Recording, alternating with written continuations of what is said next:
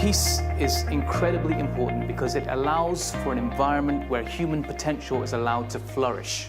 And what I'm about to explore with you today is how it can flourish in its entirety rather than in a constrained manner.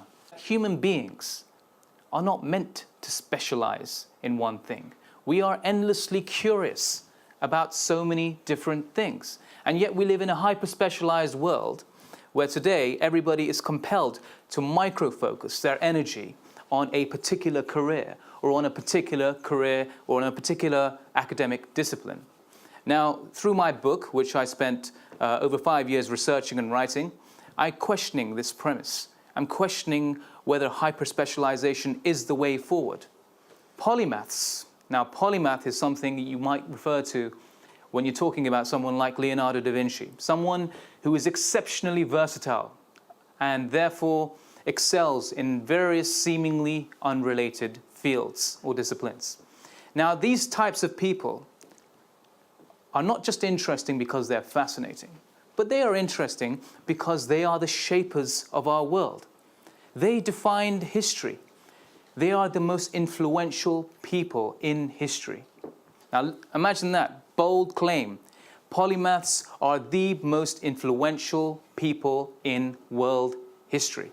Let's speak about some of these polymaths over history. Some of these people that we might consider to be specialists when we think of them because we remember them for a particular discipline. But actually, if you look deeper into their lives, they contributed to so many other fields, or were educated in a way that focuses on history and philosophy in a very Eurocentric way. So that's why I made an effort through my research and my study in order to look at polymaths from different eras and from different geographic and cultural backgrounds. And these are very fun and adventurous individuals, but there's something at the core of these individuals that I want to explore.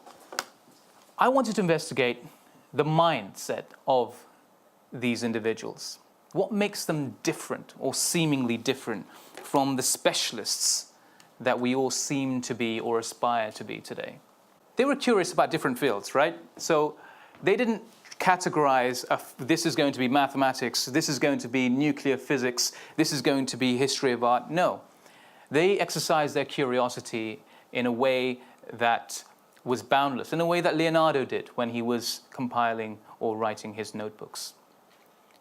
So everyone, to one extent or another, is curious, right? But being curious and versatile is one thing. Are you able then to make connections between these different fields so as to bring a unique creative insight to each of them, right? By unique, I mean it's a kind of creative insight that you would be unable to achieve if you were micro-focused on that one thing altogether. But then you have what I would call the epitome of the polymath. The polymath who's able to see the connections between different fields, but also is able to see the connections between everything.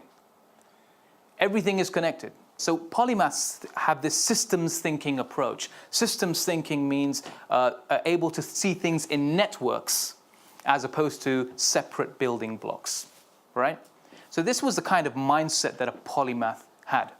Now, why is this mindset important today? Right? I hear you all ask, why? These guys are really fascinating, they're interesting, but I could never be a polymath. Well, really? Let's understand why you couldn't. We live in a very specialized world, as I said before. That's because everything is segregated from each other. At school, all subjects are segregated from each other, right? When we get into the workplace, we're encouraged to specialize in the thing, in the job that we're set.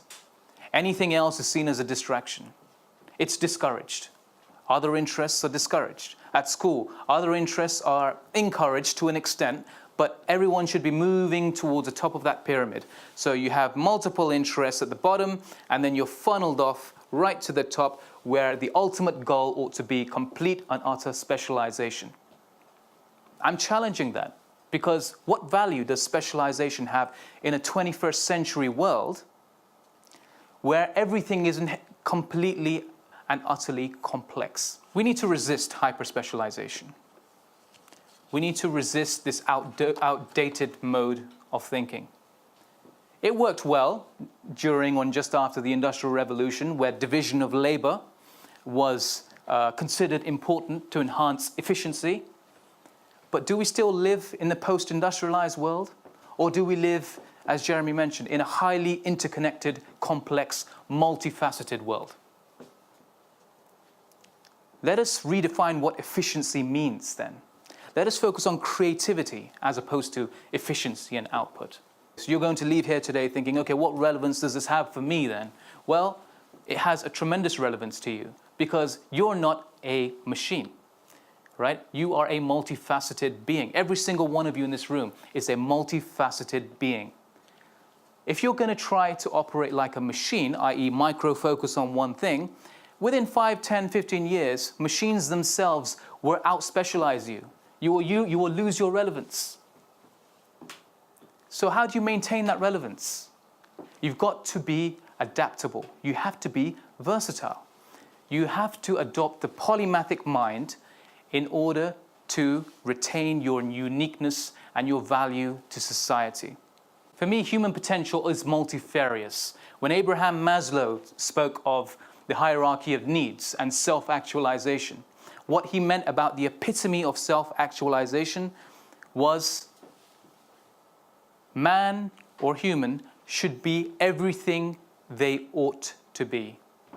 Not something specific, everything they ought to be. So I'd like you all to reflect on everything you can potentially be, all the interests you currently have, all the interests that might be unlocked through new experiences in the future, all the hidden talents you might have. How will you bring them to life? Which institutions and individuals will you partner with in order to make that a reality moving forward? Thank you very much for your time.